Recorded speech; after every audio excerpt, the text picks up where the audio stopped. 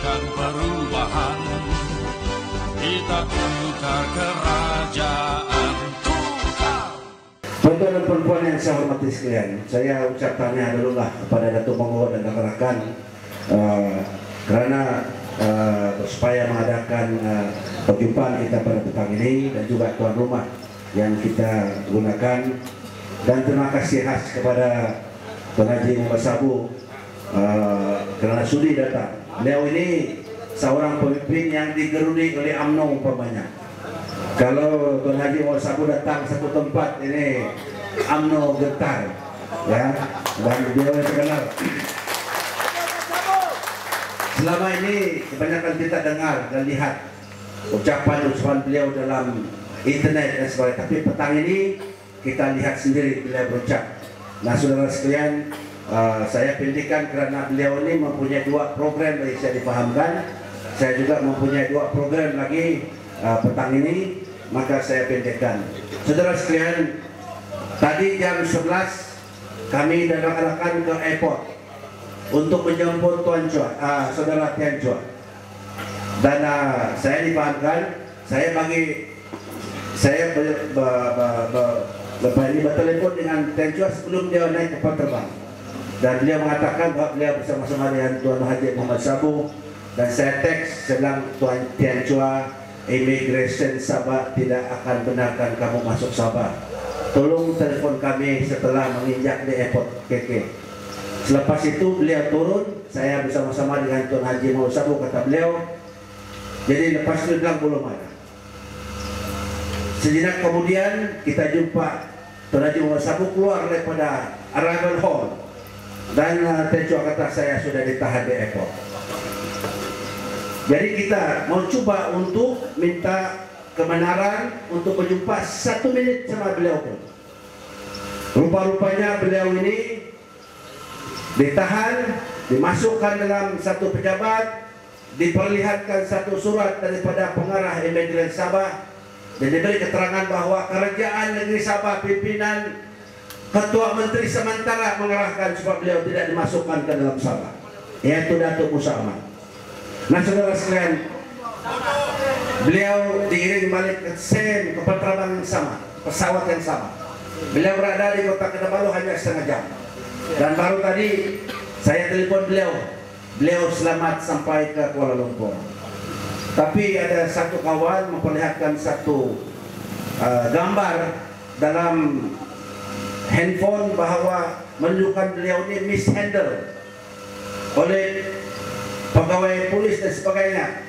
Dalam itu Twitter, dalam itu apa ini, Facebook. Jadi kita punya kawan-kawan marah, kenapa perlu begini? Tapi saya telepon beliau, rupanya gambar itu diciplak. Saya heran kerana latar belakang gambar itu adalah di tamak. Tamak ini di lapangan terbang.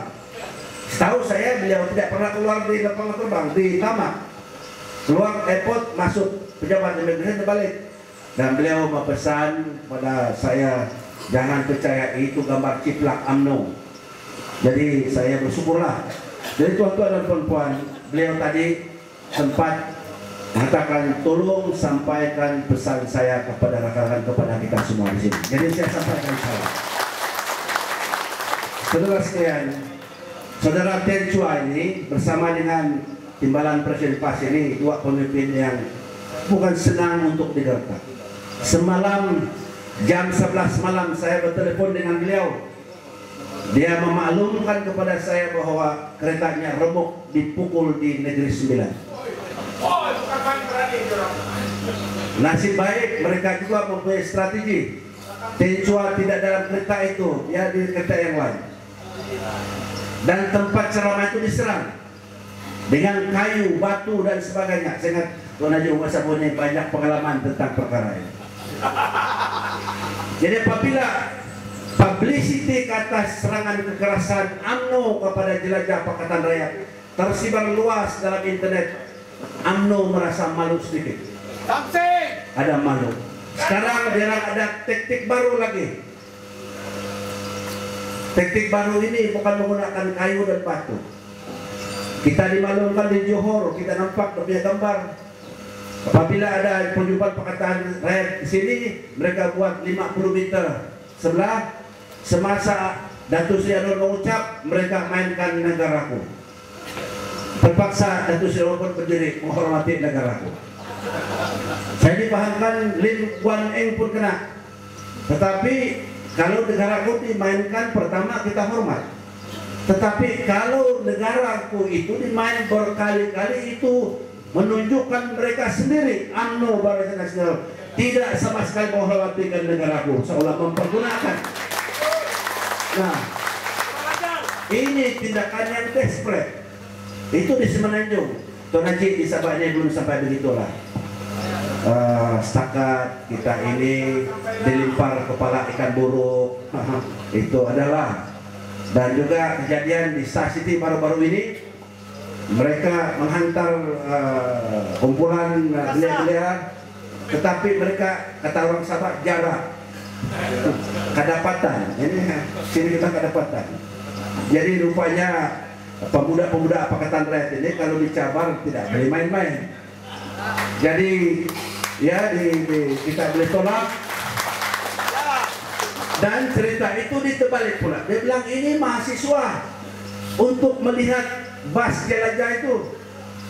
Saudara sekalian, kalau apa ini mahasiswa, takkanlah bawa kayu, bawa batu, bawa spanduk. Ini jelas, ini assumption-nya. Dibayar 100 satu orang. Jadi saudara sekalian, ialah mengenai dengan perkara yang tadi pagi ini, kita merasa sedih kerana saudara sekalian, ini adalah rakyat Malaysia, Pak. Kenapa tidak dibenarkan kepada satu wilayah Malaysia di Sabah? Apa salah Tejua? Hanya setakat dia bilang ini pencerobohan Datuk ini adalah sandiwara. Itu sebelum peperangan meletus. Kita ingat 3 bulan, 3 minggu. Orang asing datang ke Sabah, dibiar 3 minggu. Orang Malaysia masuk, ditangkap, dihantar balik. Inilah rupa kerajaan BN Barisan Nasional. Penceroboh ini dibawa berunding 3 minggu. Tejua dibiarkan hanya setengah jam di Kota Kinabalu sebelum dibuang balik. Saudara sekalian, pengendalian Datuk sampai hari ini tidak ada penjelasan 100% kepada rakyat Sabah. Nah, saudara sekalian, saudara sekalian, itu kita yang betul kenyataan. Saya, saudara sekalian, menyatakan, saya berpendapat kes pencerobohan di Datuk Sabah ini adalah episode kedua yang gelap bagi negara Sabah. Pertamanya ialah konfrontasi Indonesia dulu, apabila kita diserang oleh Indonesia, askar Indonesia. Tetapi saudara sekalian, kita bezakan pengendalian, the management, Indonesian Confrontation dan juga pencerobohan Datuk. Ini dikendalikan 2 Perdana Menteri yang berlainan. Kes pencerobohan atau konfrontasi itu diurus oleh mantan Perdana Menteri kita, the founding father of the country, Tunku Abdul Rahman. Tahun 63 apabila kita membentuk negara ini, janji pemimpin negara ialah mempertahankan kedaulatan dan keselamatan negeri Sabah. Itu janji dipegang oleh Tunku Abdul Rahman dengan sebenar-benarnya. Beliau tidak membenarkan penceroboh Indonesia itu hinjak 1 inci pun di Sabah. Mereka di Bendung, di Sebatik, di Sepadang, dan kita telah tanganikan pencerobohan itu. Kita kehilangan nyawa polis pada masa itu, tetapi pengorbanan mereka ini berbaloi karena mereka telah mempertahankan kedaulatan dan keselamatan negeri Sabah. Saudara sekalian, itu cara Tunku Abdul Rahman mengendali. Tapi sekarang ini saudara Najib ini berunding dengan teroris. Isamuddin datang bila tanya siapa itu, oh bukan teroris, dia bilang turis buat sinapang di Sabah.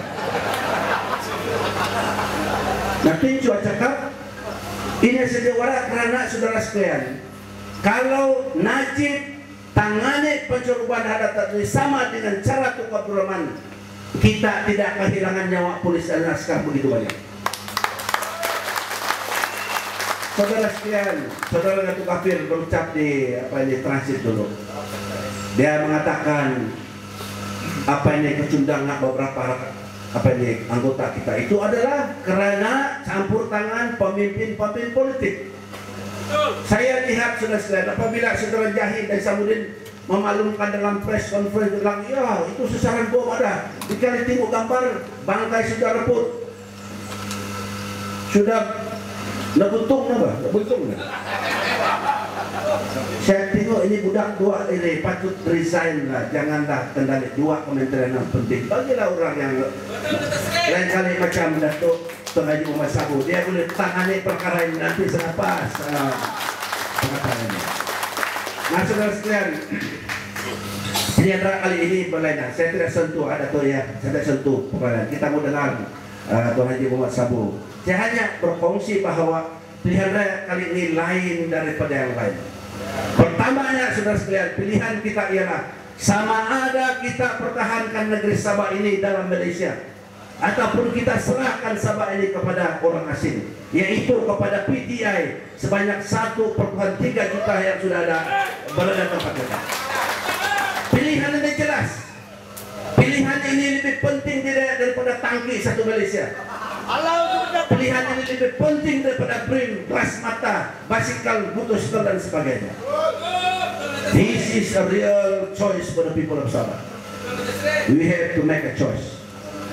Saudara sekalian, kalau kita hanya menghitungkan pilihan kita, kata saudara Ustaz Majudin tadi, yang 50. Kenapa MP UMNO ini masih belum belajar lagi? Ini lagi Ramali ini. Macam-macam dia cakap. 2 kali sudah saya sparring dia dalam parlemen. Kalau di sana ini MP dapat kalau dia mau bertumbuh. 1 kali dia katakan, kita haramkan guru-guru beragama Kristen mengajar sekolah kerajaan.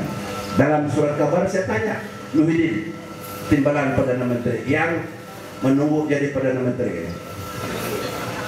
Ini Mahathir dia cakap tau. Dia bilang kalau dia kurang kursi, dia bilang naik it out. Jadi saudara-saudara saya tanya, apa pendapat kementerian tentang kenyataan apa ini sebenarnya? Dia cakap tidak, itu bukan dasar. Betul. Dan Ibrahim Ali datang masuk paling bilang, tuan ini niat jahat. Saya tidak pernah cakap begitu. Saya cakap sama dia, ini keratan surat kabar. Kalau ini bukan kenyataan yang berhormat, kenapa tidak perbaiki? Karena kita menghabiskan tenaga uang selama 50 tahun memupuk perpaduan negara ini, sekaligus dia kau bakar negara ini dengan kenyataan kau begini. Saya cakap sama dia, kau pergi Sabah, matai kau itu. Dia tidak mengerti baca, saya pandai. Dia bilang, matai kau mau ke Sabah. Dah kau betul pergi. Matai kau, saya katakan kami di Sabah tidak boleh terima ini. Karena di Sabah ini kita hidup sebagai brothers and sisters, saudara, tidak agama dan kaum. Ini betul. Ini betul, saudara. Jadi saudara sekalian, itulah pasal perdana ini unik dan pilihan kita. Kedua, saudara sekalian, pilihan rakyat kali ini ada unik karena satu tawaran yang begitu berani daripada Pakatan Rakyat. Ya, kita ada itu manifesto, tapi di antara perkara-perkara dalam manifesto bagi saya yang paling penting sekali dan tidak akan berani ialah menawarkan pertama sekali dalam sejarah kita bahwa semangat pembentukan negara kita ini dikembalikan, yaitu diangkat Sabah dan Sarawak di sama taraf dia dengan semenanjung Malaysia. Bila nanti manifesto keluar, tolong tengok muka surat 10. Saya pun ada bikin homework 2 tahun Datuk. Muka surat 10. Bila saya terbaca, saya bilang, Allah, inilah tawaran yang berani kepada rakyat Sabah. Dan kita harus tahu apa implikasinya. Kalau dulu Sabah ini ya Sabah dengan Perlis, dengan Penang, tapi sekarang Sabah dengan Semenanjung dan Sarawak. Alaknya alam juga. Sebab apa nanti apabila kerajaan Pakatan ini melancarkan apa-apa program, dia melihatkan tidak boleh Sabah Sarawak sama rata. Kita di Sabah ini perlu bantuan. Kita betul. Kelantan pun kena bantu juga sekarang. Masih lagi. Saudara sekalian, itu apa ini selaras dengan Kuching Declaration. Nah ini pembangkang yang lain, STA ini, dia bilang ini Pakatan ini Parti Semenanjung tidak mau memperjuangkan otonomi Sabah. Aduh, Dr. Jeffrey, tolonglah tengok itu manifesto, Pak. Jangan tengok itu punya bintang yang gelap-gelap itu. Tengoklah yang manifesto. Sudah sekalian, saya tidak mau panjang ucapan. Saya ingin fungsi satu ketika dulu 2 minggu kali itu dulu. Tan Sri Muhyiddin panggil ketua BN seluruh Sabah. 90% rekam. Tanya satu, si Pitang macam oke, dia bilang oke. Gilir diri sampai Tuaran. Ini orang dalam telepon sama kita ini. Dia bilang Tan Sri, Tuaran ini galak, susah. Saya tidak mau cakap siapa melapor, tahulah siapa melapor itu.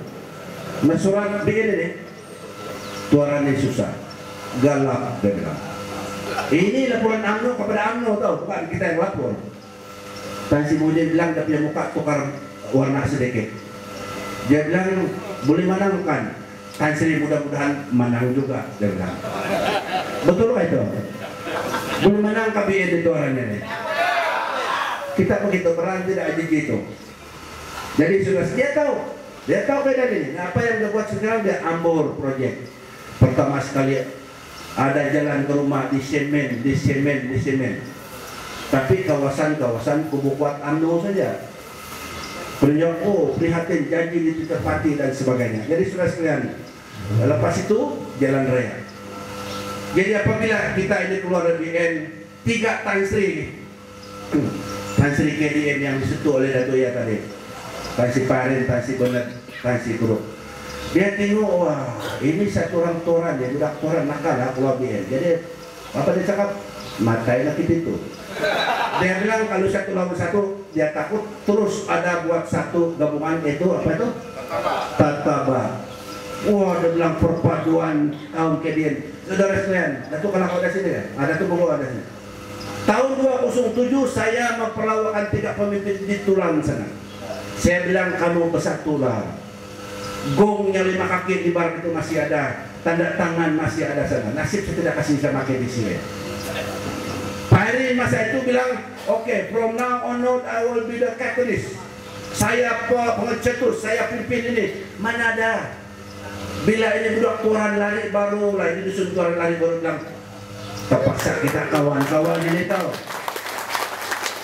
Saya pergi di Penampang, saya sampaikan cabaran kita bukan memegah-megah, tapi bagus juga lah kalau cerita-cerita. Saya katakan saya jemput Tan Sri ini buat debat dengan kita, berbahas dengan kita. Kalau satu Tan Sri takut, 3 Tan Sri datang berdebat. Sampai hari ini tidak ada jawaban saudara. Bukan budaya dusun berdebat. Kalau tidak berani, start 3-10 dulu. Baru berani. Kalau tidak start 3-10 baru berani mungkin. Tapi tidak berani. Kita berani karena kita yakin tindakan kita ini ada bersama selaras dengan hasrat rakyat. Saudara sekalian, akhir sekali ini. Seperti yang saya katakan di Konvensi Pakatan, tidak cukup untuk kita tumbang Putrajaya, yang mana kita kira tetap dalam tangan. Tetapi kita harus juga selesaikan Sabah ini. Kenapa sudah sekalian? Seperti pendapatan balak dan sebagainya ini tenggelam dan menyelam timbul akaun ketua menteri di Hong Kong, di Singapura dan di Switzerland. Janji Pakatan 20% minyak ini akan memberikan pendapatan tambahan kepada Sabah tidak kurang daripada 3,6 bilion, 3.600 ringgit. Saya katakan dalam konvensi, kalau kita tidak ambil alih negeri ini, duit ini akan tenggelam lagi dan timbul lagi sana akaun ketua menteri.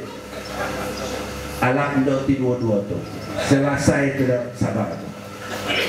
Dia ingat dia kebal ini, Sabah sudah ya, dia bilang kebal ini, belum tahu. Tadi saudara Pak Juni mengatakan dan yakin bahwa semua kita ini dusun, Bajau, Cina dan yang lain Sabah. Saya baru-baru bersama dengan Abdul Sani di Penangan. Ya, kehadiran dia kurang begini. BN punya YB dia bikin program di kiri kanan. Jadi polis tidak berapa peduli kita ini, pembangkang dia peduli itu BN, tapi Nyarun Jomo dia bilang baik itu aku, Nyarun Jomo. YB dengan abang dia pasang itu bendera, tidak ada orang. Bikin sekali pun tidak ada orang. Dan mereka dikatakan, saudara saya di sini, Kuamun itu antara lain dia bilang tatap menang dalam Pakatan Rakyat. Jadi saudara sekalian, akhir sekali saya ucap terima kasih lah. Yang penting saya setuju 100% apa dikatakan oleh Ustaz Wahidudin. Yang penting itu perpaduan. Karena sedikit pun kita lihatkan pergi siram, maka pihak UMNO dan BN akan mengambil peluang untuk memecah belahkan. Sekarang ini mereka ini kalau bahagian tempur kilo ini saya laporkan, kalau kita buat program seperti ini, dia buat sana daken demi program pertandingan karaoke. Kita berkumpul ini membincangkan perkara yang serius tentang masa depan Sabah dan negara kita. Mereka masih berpuya-puya dengan karaoke. Datang 20 ringgit, nyanyi 50 ringgit, kuat sedikit suara tambah 20 ringgit. Adalah kawan penyokong kita datang ini di Kampung Malaysia ini, kita dibawa mereka di atas. Saya nampak cilaka punya orang penyokong kata di sana ada. Ada 310 lagi, saya lupa. Ada 310 lagi. Lepas itu dia turun, bilang, kenapa kok pergi sana? Datuk dia bilang, nah saya dapat 70 ringgit, dia cakap. Sebab saya menyanyi, dia suruh tambah. Sebab dia mau kacau kita. Dia tambah surat, 20 ringgit tambah lagi. Saya berpikirkan, ini perkara yang agak lucu. Tetapi yang penting sekali kalau kita bincang serius tentang perkara ini. Tapi mereka ini pasti berpoya-poya. Saudara sekalian, pilihan raya ke-13 ini ialah yang terakhir peluang bagi kita. Saya tidak setuju yang lain. Tengok sekarang ini, BN menunjukkan bahwa mereka sama sekali tidak percaya dan menghormati orang-orang Sabah ini. Mayat-mayat pun ditanam di sana sini tanpa berbicara dengan ketua ampun. Kan? Di Indai pun ada, di Kedingau pun ada, di Ranau pun ada, Pitas pun ada. Saudara sekalian, satu perkara yang saya kongsikan. Semasa Malaysia dan Indonesia bicara di dalam Mahkamah Antarabangsa ICJ yang ada dengan Pulau Sipadan, antara satu perkara yang memberi kemenangan kepada Malaysia ialah kuburan tradisi di pulau itu, kan gitu. Kuburan nenek moyang Datuk Askalani. Abdillah, Datuk Abdillah di Tamat, Datuk Abdillah, mantan timbalan menteri. Itu dia berkira ini kuburan orang-orang Malaysia. Satu hari nanti, bukan mungkin masa kita, cucu kita, mereka akan klaim Sabah. Satu lagi saya tambah.